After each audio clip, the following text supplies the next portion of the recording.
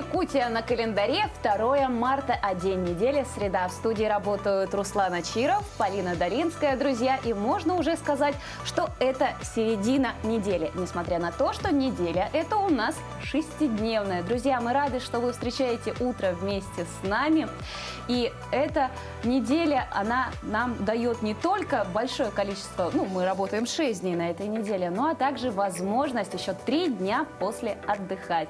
6, 7 и 8 марта. По-моему, это очень хорошие новости. Да, действительно. И тем более еще, думаю, более хорошая новость, то, что нас ждет по-настоящему весенний прекрасный праздник. Ну а сегодня в нашей программе мы узнаем про земли многодетным, как получить бесплатные земельные участки и появятся ли альтернативные виды помощи семьям. Попробуем мы разобраться в этом с нашим гостем в нашей студии. Проблемы с легкими не бывают легкими. Сегодня наш доктор расскажет, как помочь легким восстановиться после перенесенной пневмонии. А вот с 21 февраля этого года возник ряд изменений касаемо сертификатов COVID-19. Что и как, об этом мы тоже обсудим с гостем нашей студии. Также мы испытаем свои силы в скалолазании, где в Якутске работает самый большой скалодром. Расскажем и, конечно, покажем все подробности. Дорогие телезрители, будьте сегодня с нами. Ледовые снежные фигуры в виде якутских букв и слов в Хангаласском улусе состязались в ледовых и снежных дел мастера. Сегодня мы увидим и оценим их работы. Друзья, смотрите наш эфир, вы узнаете очень много чего интересного, полезного, а также будьте всегда с нами на связи. Номер нашего WhatsApp 8 914 273 44 88. Рассказывайте, может быть, какие вы уже запланировали подарки своим женщинам и главным женщинам своей жизни подарить на весенние праздники. А может быть, у вас есть планы на эти удлиненные выходные. Рассказывайте все и просто участвуйте в наших эфирах. Я думаю также, что те, кто следит за статистикой, знают, что в Якутии продолжается падение заболеваемости COVID-19, но это совсем не повод расслабиться. Соблюдайте все меры безопасности, следите за здоровьем, берегите себя. А в нашей рубрике «Мой доктор» мы расскажем сегодня, как помочь легким восстановиться после пневмонии. Совет нашего доктора.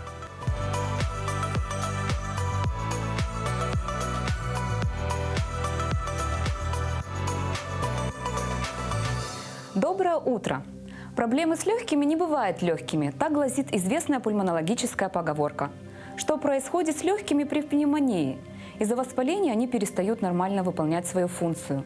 Развивается дыхательная недостаточность в виде одышки, чувства нехватки воздуха. После перенесенной пневмонии есть несколько вариантов развития событий. Либо легкие полностью восстанавливаются, либо развивается фиброз, проще говоря, рубец. Чем тяжелее была пневмония, тем больше вероятность фиброза, а чем сильнее фиброз, тем хуже функция легких. Как помочь легким восстановиться?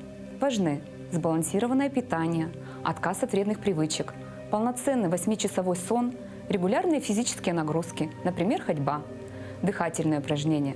Вот несколько простых и эффективных способов. Наливается вода в стакан, берется соломинка, отпускается в стакан. Делается медленный вдох, затем медленный выдох через соломинку.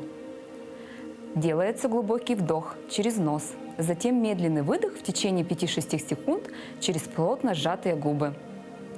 Стоя с согнутыми руками в локтях, выполняются короткие вдохи с носом с одновременным сжиманием ладони в кулаках. Из положения стоя выполняются наклоны вниз с одновременным вдохом, обратно выдох.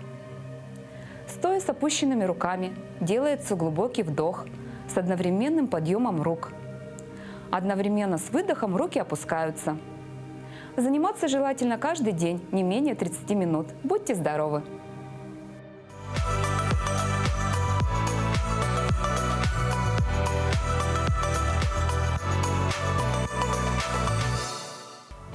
С 21 февраля этого года возник ряд изменений касаемо сертификатов COVID-19. Теперь QR-код формируется у граждан, у кого имеются противопоказания к проведению профилактических прививок против новой коронавирусной инфекции.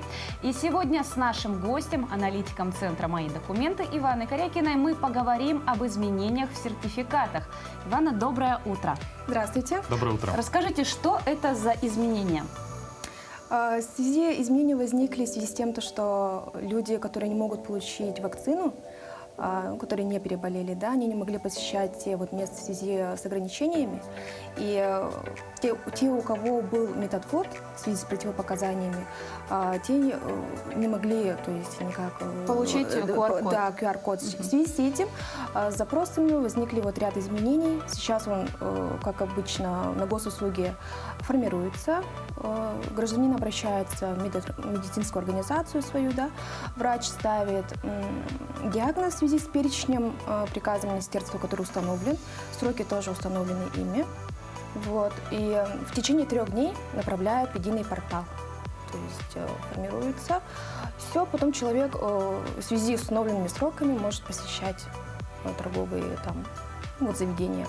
А что относится к противопоказаниям и куда нужно обратиться? Обратиться нужно в медицинскую организацию. К противопоказаниям относятся это как те у гражданина непереносимые вещества, которые могут быть вот к вакцинации, да, именно. И также насчет хронические аллергические заболевания могут быть, инфекционные заболевания. То есть эти перечни, они установлены именно этим перечнем вот приказом министерства. То есть врач уже на основании вот этого перечня ставит. Ну, если есть основания, конечно, у гражданина. Это мы обсудили, если у человека есть противопоказания именно к получению прививки, а если у гражданина уже имеются антитела к новой коронавирусной инфекции, допустим, он недавно переболел, то будет ли формироваться вот этот вот сертификат? Да, будет. Также с 21 апреля в связи с изменением тоже возникли. Вот. Если у гражданина имеется положительный тест на инфекцию, ну, коронавирусную, вакцину, да, гражданин получает, сроком он выдается на полгода. Тоже обращаются в лабораторию, либо медорганизацию. Они направляют, в свою очередь, также данные в единый портал госуслуги в течение также 3 рабочих дней, да, условия одинаковые. И человек также может пользоваться и проходить до снятия вот ограничительных мер. И также вот эти данные направляются на портал госуслуг, да, там формируется QR-код? Да, в личном кабинете все данные будут насчет... На сегодняшний день где еще требуются QR-коды для посещения? Ну, пока на сегодня вот вышла новость, то, что повышенные ограничения продлеваются до 1 апреля, да, указом главы Республики Саха-Якутия Айсеном Николаевым. Поэтому сейчас требуется везде, где массовые мероприятия до 75 человек, ну, процентов, да, требуется везде, то есть заведения общественного питания, кинотеатры, театры, фитнес-клубы и так далее. Но именно где массовое скопление людей. То есть сейчас... уже много обратилось людей? В МФЦ? Да. В прошлом году, как мы 16 ноября в МФЦ начали выдавать сертификаты в бумажной форме, очень был много спрос, то есть это актуально было. Люди, большинство обращались именно по этим сертификатам и также по госуслугам, чтобы подтвердить учетную запись, да, восстановить. А вот что как раз-таки касается детей, и именно вот, которые с 12 лет сейчас уже могут получать прививку от новой коронавирусной инфекции, но по каким-либо причинам тоже у ребенка медотвод. Это тоже через терапевта обращаться? Да. Все ставится или через лечащего врача, вот диагноз. Все через медорганизацию. Насколько мне известно, ребенок до совершеннолетия, то есть до получения паспорта именно, он не может зарегистрироваться на портале госуслуги. Как поступать в этом случае?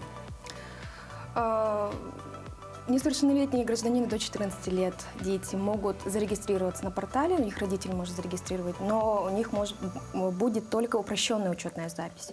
Как я ранее повторила, то, что сертификат с QR-кодом поступает, если только есть подтвержденная учетная запись на портале. И поэтому дети до 14 лет сертификаты выдаются только в бумажной форме, через центры «Мои документы». Обращается родитель либо законный представитель с паспортом, со свидетельством о рождении и с НИЛСом ребенка. Обращается, то есть ему талончик выдадут и получают в бумажной форме.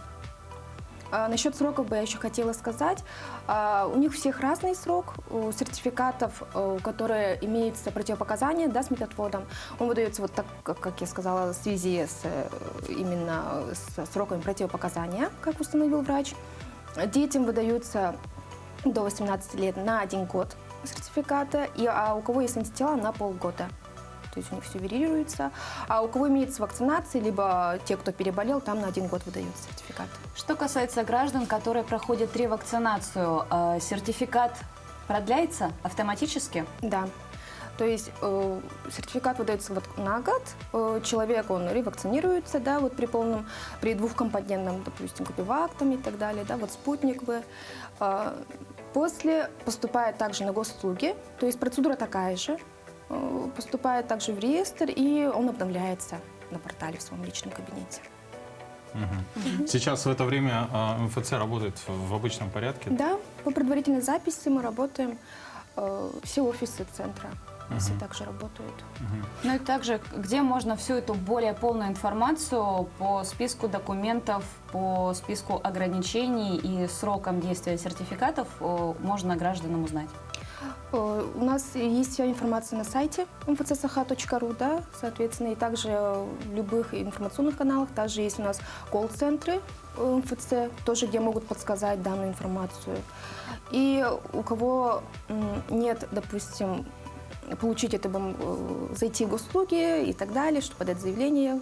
У нас же ведь есть библиотека, сектор электронных услуг, который открыт для граждан, для помощи именно таким. А у нас вот только восстановление, подтверждение и, соответственно, тоже подсказать могут тоже специалисты и выдать сертификат. То есть человек пришел, допустим, в МФЦ, ну так подведем небольшой итог, он получил, соответственно, противопоказания у него на руках, да, то есть справка это от врача, да? Нет, в МФЦ гражданин не предоставляет эту справку. Не предоставляет. Да. То есть, например, гражданин обратился, у него есть противопоказания, либо просто он решил провериться, да, чтобы не получать эту вакцинацию. Вот. Лечащий врач поставил диагноз, справку сделал, в регистр единый отправил. То есть он уже вот в информационном регистре есть эта информация. И тогда гражданин подходит к нам, и, соответственно, в этом регистре, когда у специалист возьмет, в программу зайдет, эта вот информация будет. То есть там уже будет фамилия, ну, там Иванов Иван Иванович, уже есть вот это противопоказание. И сразу выдается QR-код. Да, распечатывается и все в бумажной форме. Но если вдруг у гражданина нет данных, вот подошел гражданин, да, в МФЦ, а там у специалиста в программе системе нет. В том случае тогда нужно заявку подавать через госуслуги. Если в течение 3 суток не поступит, там есть инструкция подробная, да, как подавать. Нужно будет проверить все данные, обратиться в медорганизацию, где вдруг неправильно данные передали. Хорошо, ну, благодарим вас за очень объемную информацию. Друзья, также берегите свое здоровье и оставайтесь с нами. Еще раз большое спасибо. Друзья, спасибо. ну а мы прервемся на небольшую паузу.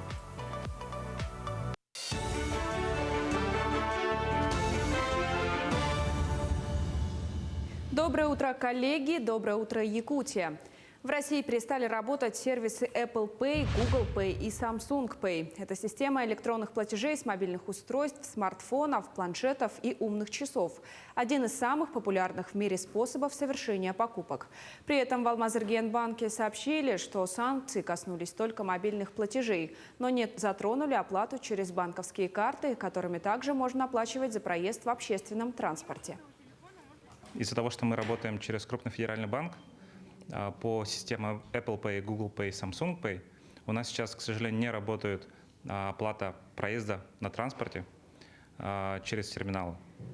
Да, поэтому используйте пластиковые карты, они по-прежнему работают. Нужно оплачивать либо транспортной картой, например, картой «Спутник», либо обычной банковской картой через PayPass, PayWave. Водоканал продолжает применять новые ограничения в отношении должников. С конца прошлого года предприятие для этого начало ограничивать услуги водоотведения в квартирах неплательщиков. Согласно 117 пункту правил предоставления коммунальных услуг, такую меру могут применить к тем абонентам, которые более 2 месяцев не оплачивали за потребленные услуги водоснабжения и водоотведения. Для локальной обстановки канализации используют заглушки, которые устанавливают внутри трубы, выходящие из квартиры должника. При этом, прежде чем ограничить услугу, водоканал уведомляет абонентов. Саму процедуру производят спустя 20 дней после вручения уведомления, если абонент так и не погасит задолженность. Квартиры с задолженностью на общую сумму около 8 миллионов отключили от канализации. Но, как показывает практика, в основном люди в день отключения или буквально за пару дней оплачивают. И также хочу отметить, что вот расходы, связанные с прекращением вот этой услуги, они должны возмещаться должником-потребителем. Попробовать свои силы в IT-технологиях, получить новый опыт напрямую от резидентов фонда Сколково и, конечно, совершить новые открытия в сфере технологий. Все это стартап-тур, который состоится в нашей республике уже 25 марта. Конкурс – хороший способ завести полезные профессиональные связи. Работу участников оценят ведущие представители инновационного бизнеса, инвесторы и предприниматели, то есть потенциальные потребители и спонсоры стартапов. Стоит отметить, что в 2019 году участие в стартап-туре принимал и Петр Лукачевский, президент республиканского IT-парка. В этом году он также принимает участие и верит в свой проект. Мы планируем компанию нашу вторую, FreePlast, это незамерзающая резина, ее закинуть и на участие, и, соответственно, посмотреть, что из этого выйдет. Потому что это, в первую очередь, дает очень хорошую обратную связь со стороны экспертов и менторов, как говорится. Доброе утро, дорогие друзья! Всем, кто начинает свой день вместе с нами с программой «Утро Якутии» на телеканалах «Якутия-24» и НВК «Саха». Социальные сети, они обладают такой хорошей силой, то есть достаточно подгрузить одну фотографию каких-нибудь красивых видов и сразу по лайкам люди начинают интересоваться, где это находится, что интересует, где это происходит и вообще кто автор вот этой красоты. То же самое сейчас происходит в Хангаласском Улусе. Ледовые снежные фигуры в виде якутских букв и слов в Хангаласском Улусе состязались ледовые снежных дел мастера. Хотите увидеть работы участников и узнать имена победителей? Тогда смотрите на наш сюжет. Республиканский фестиваль ледовых и снежных скульптур 11-й год подряд проводит на своей территории этнотуркомплекс «Актем-парк». В последние годы с организацией тесно помогает Якутское художественное училище, направляя в качестве участников своих студентов и преподавателей. Из года в год тематика фестиваля меняется. Нынче его посвятили якутской письменности, буквам и звукам. Актуальная тема, да, потому что уже глобализация, наши дети уже на своем якутском языке уже забывается вот это, да, и поэтому среди молодежи популяризация с этой целью именно мы фестиваль тему посвятили этой теме нынче. В этом году участвовали 14 команд. 9 из них работали со снегом, 5 сооружали ледовые фигуры. Приехали мастера из ряда улусов, таких как Мегино-Кангаласский, Чурапчинский, Нюрбинский, Татинский, Усалданский, Кобяйский, Тампонский, а также из города Якутска. Были среди участников и начинающие мастера, и уже опытные. Кирилл Слепцов – студент-первокурсник Якутского художественного училища. Его специальность – ювелирное дело. Ледовыми фигурами он начал заниматься пару лет назад и продолжает наращивать свои навыки. В фестивале «Актем-парка» он участвует впервые. Его напарник Николай Алексеев из Нюрбы. Мы делаем фигуру, точнее буквы, вроде на якутском «ого», ребенок точнее. И поверх этих букв будет сам ребенок, который будет тянуться за что-то. А кто разрабатывал дизайн? Мой напарник. Когда-то таким же набивающим руку мастером был Василий Аргунов из Намского района. В первые годы проведения фестиваля он принимал участие вместе с отцом, будучи школьником. Сейчас Василий – учитель ИЗО и черчения и опытный ледовик.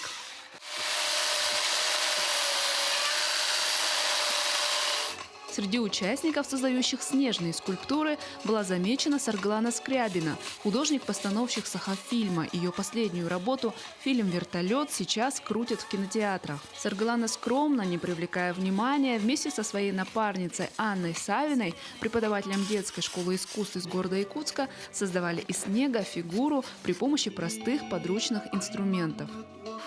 При снежных, стамески, якутский нож, терка кухонная обычная, лопата. Процесс создания ледовых и снежных скульптур могли наблюдать случайные посетители этнотуркомплекса. Не, ну это вообще здорово. Каждая скульптура, она неповторима. Это же такой колоссальный труд человека, да, из глыбы льда сделать что-то такое вот, нечто универсальное, хрупкое, да? Это вообще вот я восхищаюсь этими людьми, которые там на морозе ваяют, творят. Желаем всем успеха. Пусть победит сильнейший. По итогам 2 дней фестиваля сильнейшей среди ледовых мастеров была признана команда «Золотые крылья». Это супружеская пара Валерий и Алена Стручковы. Им вручили 50 тысяч рублей. Среди снежных мастеров победителем была признана женская команда «Хотун», состоящая из Александры Неустроевой и Людмилы Федоровой. Их приз – 30 тысяч рублей. Виолетта Засимова, Федор Тарасов, Хангаласский улус. На Мархинской общеобразовательной школе номер 2 появилась возможность школьникам испытать свои силы в скалолазании. В зале можно проводить тренировки на трудность и скорость. Занимаются 3 раза в неделю дети среднего и старшего звена. На месте побывала наша съемочная бригада. Сегодня нас будет инструктировать очень опытный человек, который является членом Федерации скалолазания Республики Саха-Якутия. Это Аарон Лис. Аарон также является преподавателем здесь, тренером, да. В общем, это человек очень опытный. Он уже готов, поэтому давайте приступим. Аарон, здравствуйте. Здравствуйте. Аарон, расскажите, как давно вообще стало развиваться скалолазание в республике и стояли ли вы у истоков? Ну, на самом деле нет, у истоков я не стоял, потому что скалолазание как неофициальный такой вид спорта довольно давно, еще с 80-х годов. Было. У нас на Иланке есть скальный полигон, там занимались скалолазанием еще наши деды, и вот это уже было. У нас все скалодромы находятся в школах. Это хорошо. Это 2-я школа, 19-я школа, Международная арктическая школа и 24-я школа. Вот смотрите, дети, им только дай куда-нибудь залезть. У них это в крови. Но здесь должно быть все под контролем. А тут все безопасно. Мы берем энергию детей и направляем их в нужное русло.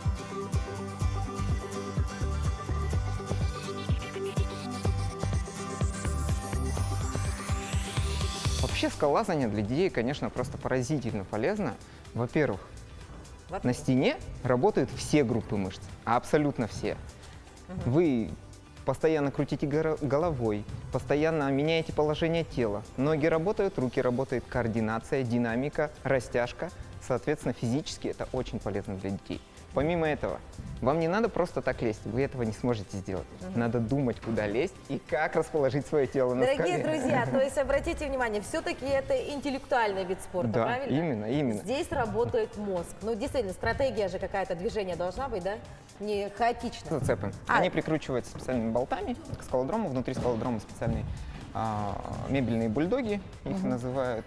Есть снаряжение, которое используется непосредственно в скалолазании. В данном случае в трудности. В трудности используется веревка сертифицированная. Чтобы привязываться к этой веревке безопасно, у нас используются специальные обвязки.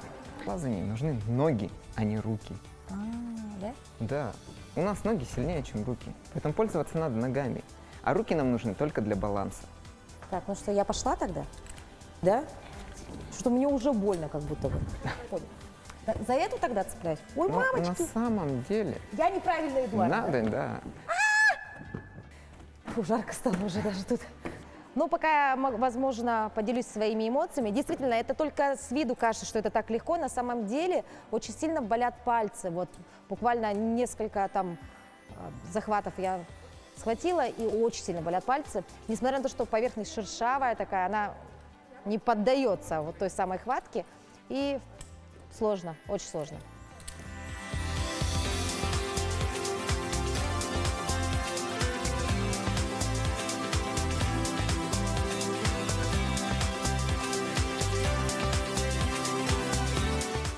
И вот так у меня появились мои конкуренты. Итак, как зовут тебя? Артем и Катя. Артем и Катя будут соревноваться со мной, с тетей Дашей. Давай, и у нас есть секундант. На старт, внимание, марш, поехали. О.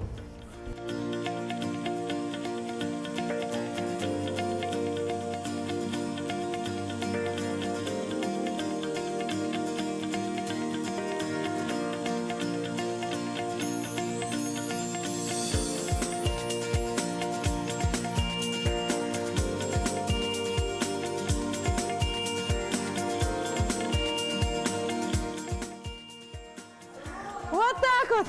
35 секунд, дорогие друзья. Честно говоря, ну, конечно, не гоже, наверное, соревноваться с детьми. Мне, тетеньки взрослые, да? Но спасибо большое. Одышка такая, тело болит. Ну что, вот на такой замечательной ноте я бы хотела, знаете что, небольшой опрос провести среди детей, но дайте мне немножко отдышаться. Скалодром это? Давай. Сила. Сила есть. Скалодром это? Утомление. Утомление. Скалодром это? Качалка. Качалка. Счастье. Счастье. Скалодром это? Ум. Ум. Молодец какой. Скалодром это? Развлечение. Развлечение. Скалодром это?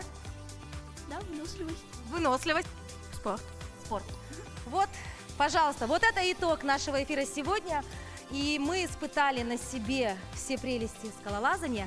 И, как всегда, мы не перестаем говорить о том, что спорт все-таки это сила, поэтому занимайтесь спортом, приводите в такие аналогичные, замечательные спортивные секции своих детей и будьте здоровы. 2 марта отмечают очень необычный праздник – Международный день спички. Ежегодно как раз-таки в этот день отмечают один из необычных праздников. Почему эта дата была выбрана для него и учреждена, сведения разнятся. Однако в чем сходятся мнения – это то, что спички на протяжении многих десятилетий были одной из незаменимых вещей и важнейших элементов человеческой жизни. Впрочем, и сегодня они продолжают играть не последнюю роль в повседневном обиходе, как удобный и дешевый способ добывания огня. Ты вот когда-нибудь, Руслан, задумывался о том, что у спички, у такой маленькой деревянной, есть свой персональный праздник? Слушай, я бы никогда не подумал, но давайте посмотрим еще, какие даты и события связаны с сегодняшним днем.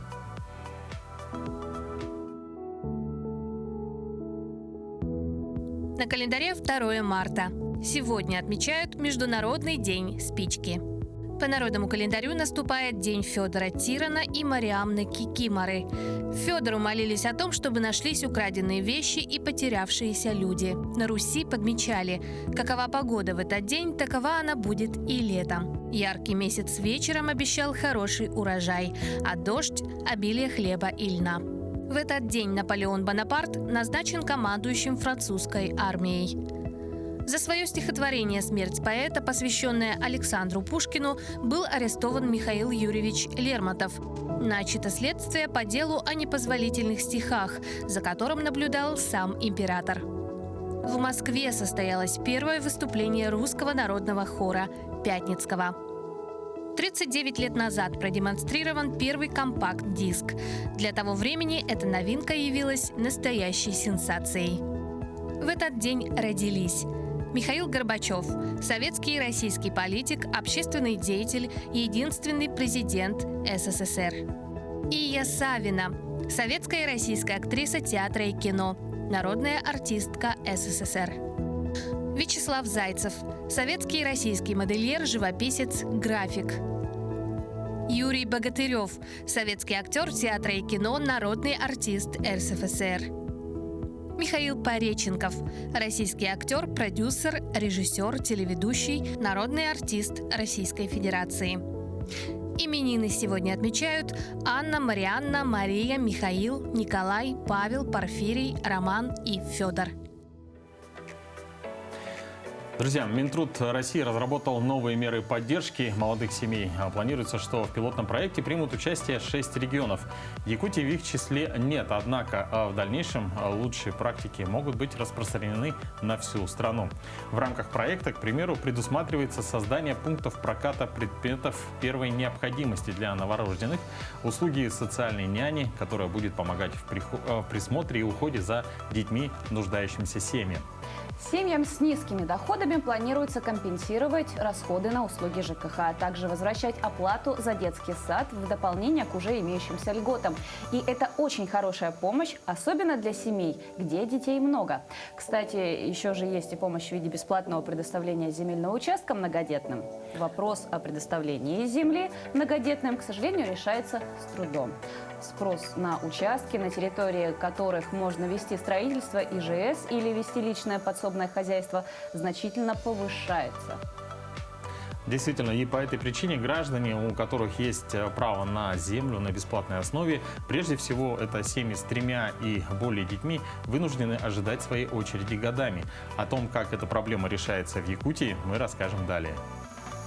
Земельный участок находится вот здесь, 30 на 40, 12 соток. И здесь мы планируем построить сначала забор, а потом баню, а потом дом для нашей старшего сына. Житель Оленька, отец многодетной семьи Алексей Караваев, показывает свой земельный участок, который выдали только после нескольких лет бумажной волокиты и обращения в различные инстанции. У Алексея и Анны уже и дети выросли. Однако участок как нельзя кстати. Семья ведь растет. В 2018 году мы подали заявление на выделение земельного участка. В этот же год весной нам пришел отказ, и нам пришлось обратиться в прокуратуру района. Только обращение в прокуратуру, которая в свою очередь подала иск в суд, возымело силу. 20 семей Оленёкского района получили долгожданные участки. Прокуратурой района проведена проверка соблюдения земельного законодательства органами местного самоуправления. По результатам проверки установлено, что в длительный период времени уполномоченным органам не принимались решения о предоставлении многодетным семьям земельных участков. По результатам принятых мер реагирования органам местного самоуправления вынесли решение о предоставлении земельных участков 20 многодетным семьям. В республике в очереди на получение бесплатного земельного участка состоит порядка 15 тысяч семей. И почти во всех районах очередь движется медленно. И дело не только в нерасторопности муниципалитетов, земель свободных мало, а для того, чтобы предоставить их, еще и нужно провести инфраструктуру – свет, газ, дороги. Самая сложная практика сложилась именно с обязанием выделить земельный участок.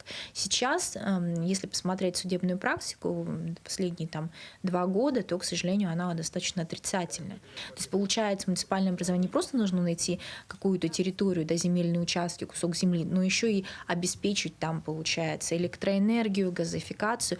А вы сами понимаете, что это уже сложно. Поэтому, конечно, в этом случае практика обращения в прокуратуру, как орган, который потом отправляет этот материал для доследования, для проверки в другие органы, это очень неплохая практика. Самая большая очередь для получения земли в Якутске – 7,5 тысяч семей. Многодетные ждут распределения более 2000 участков, обещанных в прошлом году по Вилюйскому и Намцирскому трактам, которые должны были быть переданы из Федерального лесного фонда. Но даже и их выделение не решит полностью проблему. В парламенте республики депутаты ставят вопрос об увеличении суммы из бюджета на обустройство инфраструктуры земельных участков. Выделяемых сейчас 140 миллионов рублей в год хватит лишь на инфраструктуру менее 1000 участков. Такими темпами на выполнение государством обязательства перед многодетными понадобится несколько лет. Поэтому сейчас властями рассматриваются различные варианты решения проблемы, в том числе и возврат уже к действовавшему в 2017 году механизму денежной компенсации вместо земельного участка. На днях глава Якутии Айсен Николаев во время прямого эфира в соцсетях сообщил, что уже дал поручение правительству до 1 июня проработать этот вопрос. Но каков будет размер компенсации и порядок получения, пока неизвестны. Тему предоставления бесплатных земельных участков многодетным мы сейчас продолжим с депутатом Государственного собрания Илтумен Аленой Атласовой. Алена Николаевна, доброе утро. Доброе утро.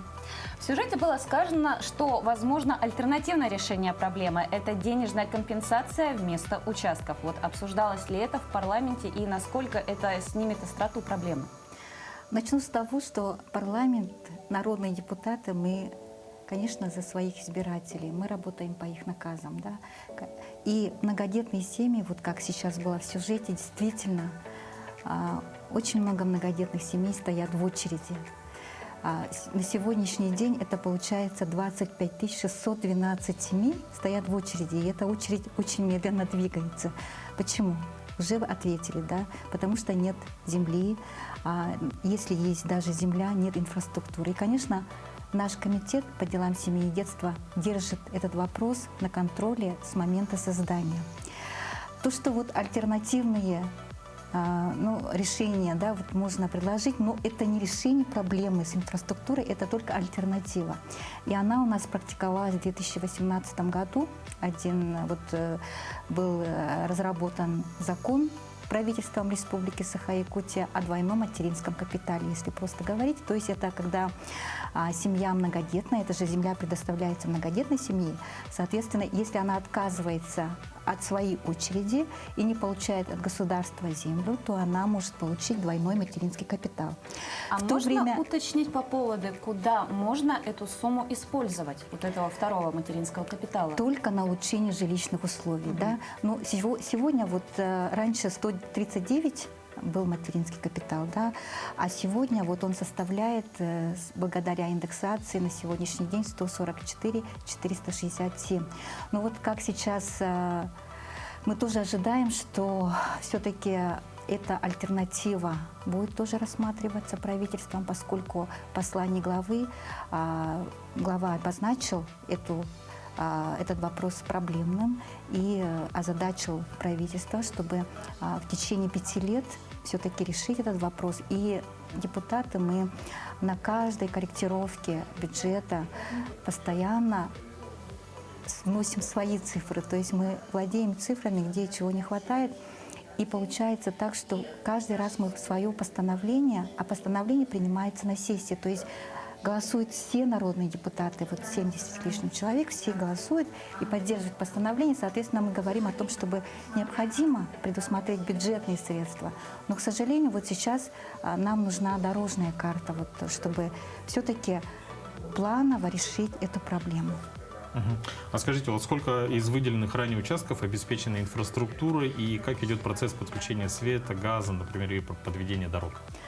Ну, вообще вот земли стали предоставляться бесплатно многодетным семьям. Это поручение президента страны с майских указов. И вот с 2011 года в нашей республике получается 10 673 участка выделены. И, к сожалению, надо сказать, отметить, что нет ни одного земельного участка, который обеспечен полностью инфраструктурой, чтобы семья жила круглогодично. Да?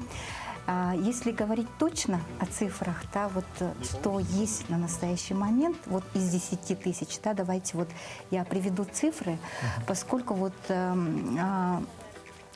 10 673 участка многодетные получили по всей республике, и электроэнергии обеспечены из них 6945 земельных участков. Это всего 65,35%. Водоснабжением имеют централизованное 322 участка, это всего лишь 3%. Газоснабжением обеспечены 3326 земельных участков, то есть 31%. И дорожной сетью связано 4365, это всего 41%. Ну вот следующий вопрос хотелось бы задать на такую тему. Сколько вообще всего требуется средств, чтобы полностью обеспечить выделяемые участки инфраструктурой? Когда мы ставим этот вопрос перед правительством, мы ссылаемся на вообще общую потребность. Общая потребность 4 миллиарда. По подсчетам Минстроя, то есть только по поданным заявкам на сегодняшний день, потребность составляет 1 миллиард 809 миллионов рублей. Соответственно, это колоссальные суммы. И наши вот поправки в 2019 году было предусмотрено 400 миллионов, а на 2022 год всего 140 миллионов. Да? И мы постоянно делаем поправки, чтобы эту сумму увеличить. Да? Вы смотрите, это не только вот финансовых средств. Если мы даже вот предусмотрим, да, то муниципалитеты, вот, то есть это конкурсный отбор должны пройти, сделать проект, защитить проект, там целый конкурс идет в Минстрое, соответственно, это вообще большая работа всех.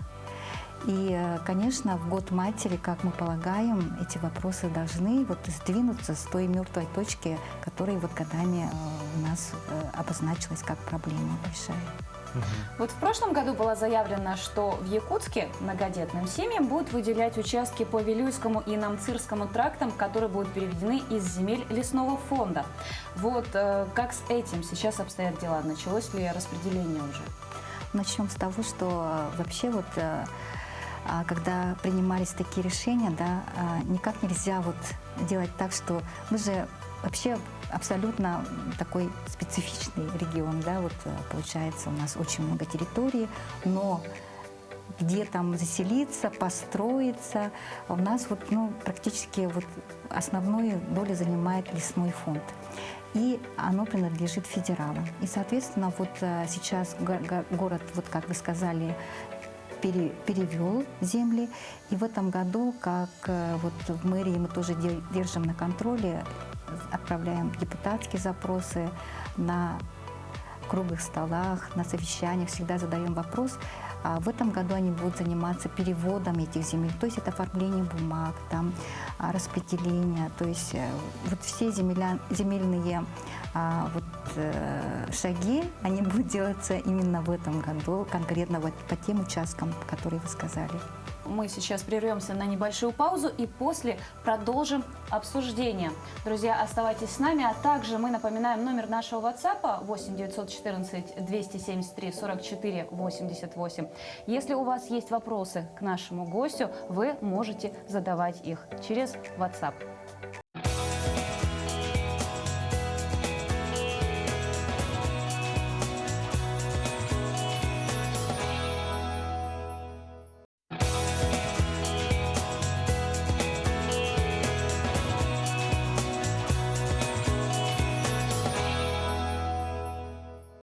Друзья, мы желаем вам доброго утра на канал Якутия-24 и НВК Саха. Мы сейчас общаемся с нашей гостьей. Это депутат Государственного собрания Илтумен Алена Атласова. И тема у нас выделение бесплатных земельных участков многодетным семьям. Еще раз доброе утро. Подводя итоги, вот расскажите, какие задачи ставит перед собой ваш комитет по обеспечению многодетных семей республики земельными участками? Ну, во-первых, это контроль. И мы не сидим на одном месте. У нас были проведены правительственные часы, круглые столы на эту проблемную тему. Мы постоянно поправки свои вносим.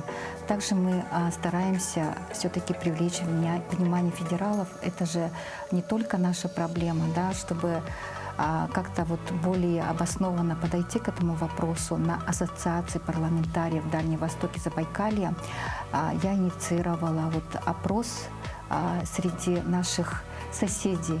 И оказалось, что это не только у нас на самом деле вот нету финансирования, участки не соответствуют. То есть очень много проблем, которые у нас есть, тоже обозначили наши соседи. И, соответственно, на основании этого мы обратились в Российскую Федерацию, чтобы были отдельный конкурсный отбор на программу «Стимул», то есть на предоставление вот улучшения жилищных условий. Соответственно, надо отдельно участвовать в конкурсе, поскольку мы никак не можем конкурировать с тем же Подмосковьем, с Ленинградской областью, где практически вся инфраструктура подведена. Да? И, конечно, надо в этом вопросе тоже вот, ну, очень жалко, что люди доходят до прокуратуры, судебным решением делают. Но на самом деле это право многодетных семей. И вот как альтернатива тоже надо рассматривать, чтобы в этом году мы очень надеемся, поскольку обращение к главе пошло от многодетных семей, в год матери, да, соответственно, как альтернатива, вот как двойной материнский капитал, наверное, будет в этом году тоже рассматриваться. Спасибо вам большое, Алена Николаевна, за то, что в это утро вы смогли прийти к нам на программу и действительно поделиться, во-первых, рассказать о результатах своей работы, поделиться дальнейшими планами. Мы желаем вам дальнейших успехов. Спасибо. А прямо сейчас к нам присоединился наш новостной обозреватель с последними и актуальными новостями.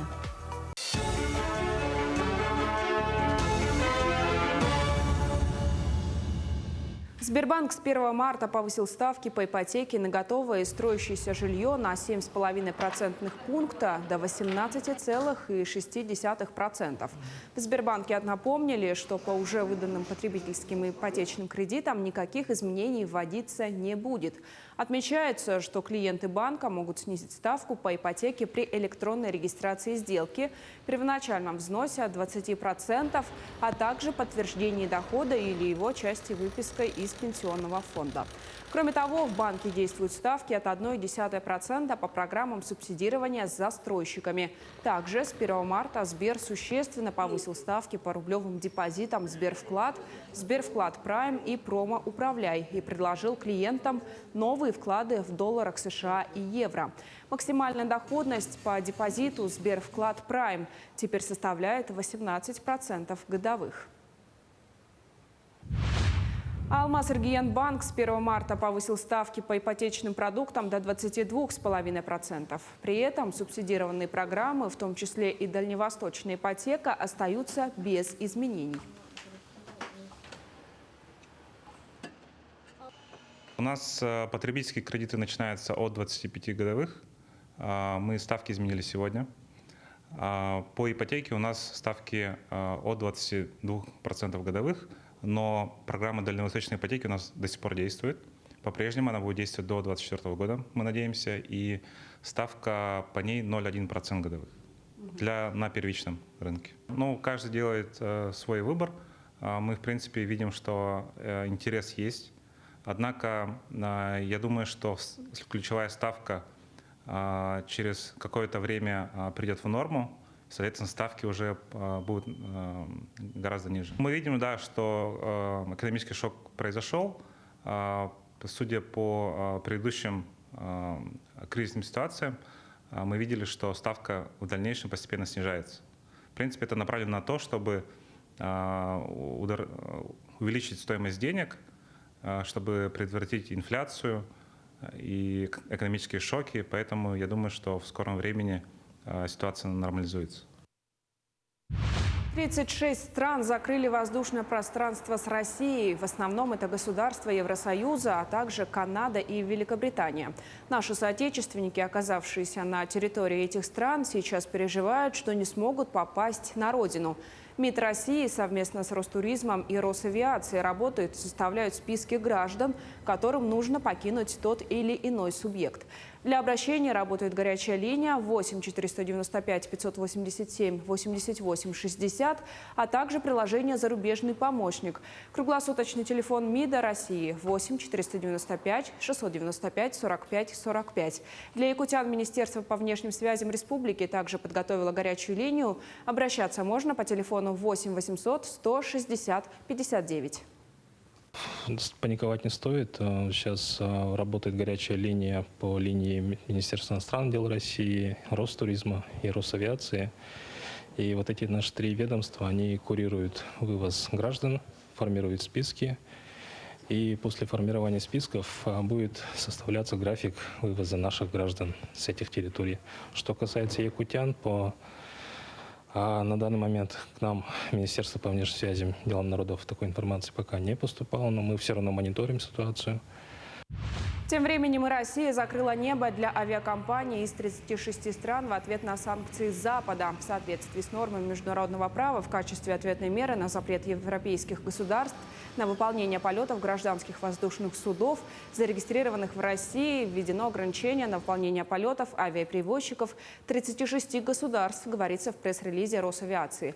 Ограничения распространяются на авиакомпании из Австрии, Великобритании, Германии, Дании, Франции, Швеции и других европейских государств. На этом у меня все. Коллеги, передаю вам слово.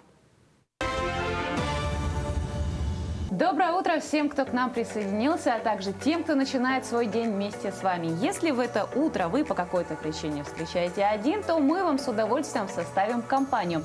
А еще мы всегда с вами на связи по номеру WhatsApp 8 914 273 44 88. Рассказывайте, как начинается ваше утро, как начинается ваш день.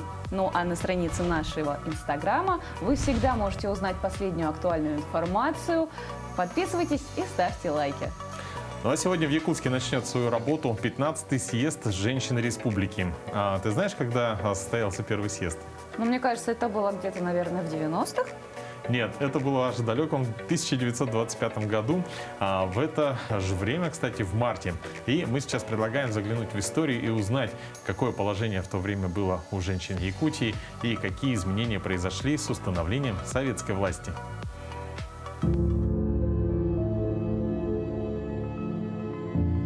Здравствуйте. Исторический парк продолжает рубрику, посвященную столетию ЯССР. И наша сегодняшняя тема – социализация женщин. Из истории известно, что в Якутии женщины не имели таких прав, как мы сегодня понимаем в современном обществе. Женщинам были ограничены условия получения образования, а также женщины не имели права голосовать. Придя к власти большевики стали проводить социализацию женщин, уравнение в правах мужским населением. В 1925 году был проведен первый Всеякутский съезд женщин, где были озвучены основные реформы, семейные законы, был озвучен возрастной ценз выхода замуж девушек, была отменена выплата Колыма, женщины стали широко получать образование. В предвоенный период получилась достаточно большая прослойка интеллигентов и женщин. Женщины получили такие профессии, как врачи, работники культуры, учителя. Очень много женщин влилось в работу в промышленности. Известна первая трактористка из якутских женщин Александра Попова из Нюрбинского района, которая была единственной женщиной на первых курсах трактористов. Женщины с 30-х годов активно продвигали свою власть. В общественных работах они широко работали. Известна Софья Сидорова, жительница города Якутска. В 34 года стала председателем Президиума Верховного Совета ЯССР. На улице уже начало весны, это значит, что на улице теплеет, время доставать весеннюю одежду, ну и, конечно же, класть, складывать на хранение зимние пуховики. Но перед этим надо их почистить, засаленные рукава и воротники, а при этом сама куртка особо не грязная. Можно ли обойтись без химчистки? Какие домашние средства при этом эффективны? Расскажем об этом в нашей рубрике «Полезные советы». Вывести засаленные пятна с пуховика вполне можно и в домашних условиях. Для этого можно воспользоваться дешевыми и подручными средствами. К тому же они не менее эффективны, чем магазинные средства. Сегодня мы расскажем о том, как почистить пуховик обычным хозяйственным мылом. Мыло запросто удаляет жирные пятна, при этом не оставляет разводов. Для чистки нам понадобится 70% хозяйственное мыло, губка, ее можно разделить пополам, и вода. Прежде чем приступить к процедуре, куртку нужно подготовить. Убрать все лишнее из карманов, снять капюшон. Затем губку намочить в воде, отжать, она должна быть не мокрая, а влажной. Набыленной губкой нужно пройтись, сильно не втирая по засаленным участкам, внутренней стороне воротника, рукавов. Оставить на некоторое время, чтобы щелочь подействовала. И той же губкой, прополощенной в чистой воде, смыть мыло, стараясь при этом, чтобы вода не просочилась в утеплитель. Затем нужно промокнуть мокрые места тряпкой из микрофибры, либо обычным полотенцем. Сушить желательно на плечиках в вертикальном положении в хорошо проветриваемом помещении. И вуаля! Без дорогих очистительных средств и профессиональной химчистки ваша куртка вновь как новая. Ну что, друзья, наш эфир подошел к концу. Я надеюсь, он был для вас полезным, увлекательным, интересным. Вы узнали что-то новое, а также информацию, которая вам пригодится в будущем, или та информация, которой вы хотите поделиться со своими родными или близкими. В любом случае, мы старались сделать все, чтобы создать вам настоящее утреннее и доброе настроение. Ну и, конечно, надеюсь, что мы вас зарядили зарядом бодрости на весь день, тем более этот день весенний. Желаем вам солнечного тепла. Ну и, конечно же, увидимся с вами буквально завтра на каналах Якутия-24 и НВК Саха. До новых встреч и отличного дня!